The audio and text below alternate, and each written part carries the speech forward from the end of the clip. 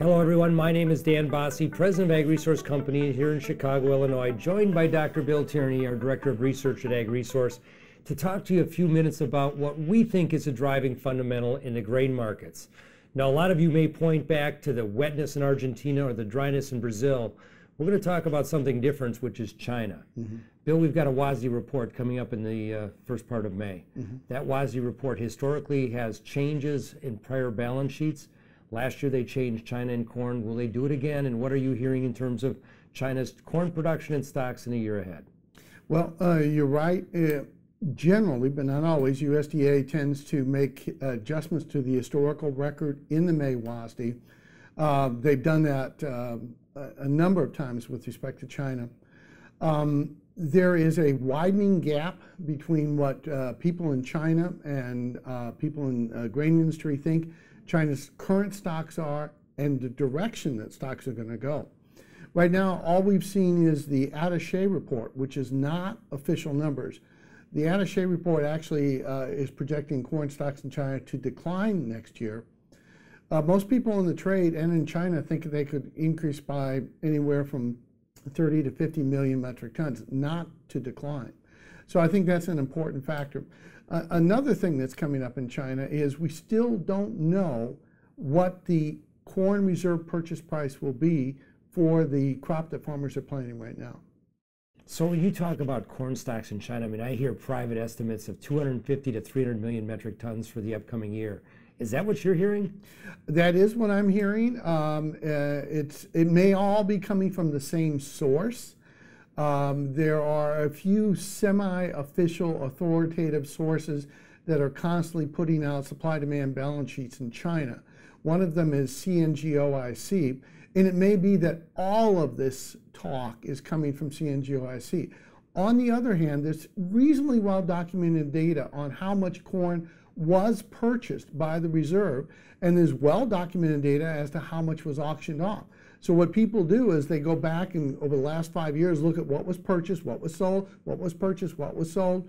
And even if you figure in a rot factor, how much corn was unusable, there's tremendous growth in the size of those.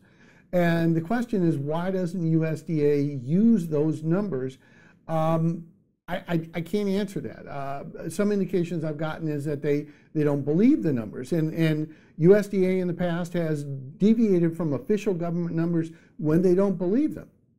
There's also the possibility that rot could have been a bigger factor, and so USDA accounts that as maybe a crop that was harvested but never got utilized. Well, it's a big differential. I mean, we're talking equivalent of maybe 160, 180 million metric tons. To me, that seems like a lot of corn. It is. Let me move you along to something else. We know corn, China, we just delineated China has a lot of corn, yet to be determined. But when we think about China in 2014-15, it was the world's largest grain importer, taking 31 million metric tons, or one of almost every 7 million metric tons, I think that was. One out of every five. One of every five that was traded. So when we think about China as that importer and now changing their policy, what's that going to mean to their import capabilities, do we think, going forward?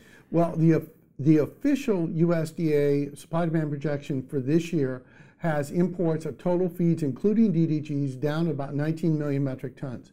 The attaché report forecasting for next year, against non-official data, has it about 14 million metric tons. Now, the big question is, if China lowers their corn support price low enough, they've already said they're going to lower it, but if they lower it low enough, that could push China's corn prices below the cost of imported corn and pretty much cut off the economic rationale for importing any feed grains at all next year. So, Bill, is there ever a chance China could be a corn exporter? I mean, that's something that's been bandied around lately. Do you see that happening? Well, you and I both saw a presentation at the Cereals Europe conference that we attended 2 weeks ago. And last presentation was by a very well-connected China analyst and broker. And in his balance sheet, he had 5 million metric tons of corn exports. Now, they certainly have the surplus. The question is, will they bring price down low enough? Now, one of the things that is possible is that the government, as they have in the past, could offer free transportation subsidies to move the grain from surplus areas to the port. Secondly, is exports get a VAT tax refund of about 12.5%. The other thing is the South Korean market in the past, when China was exporting, bought huge quantities of maybe 75% of the total corn they bought from China because they could get a load anytime they wanted in small-sized vessels. And China also sold corn to Taiwan and Japan. Now, in the last 5 or 6 years, there's been dramatic growth of corn imports in Southeast Asia. So there's a ready and nearby market for corn imports.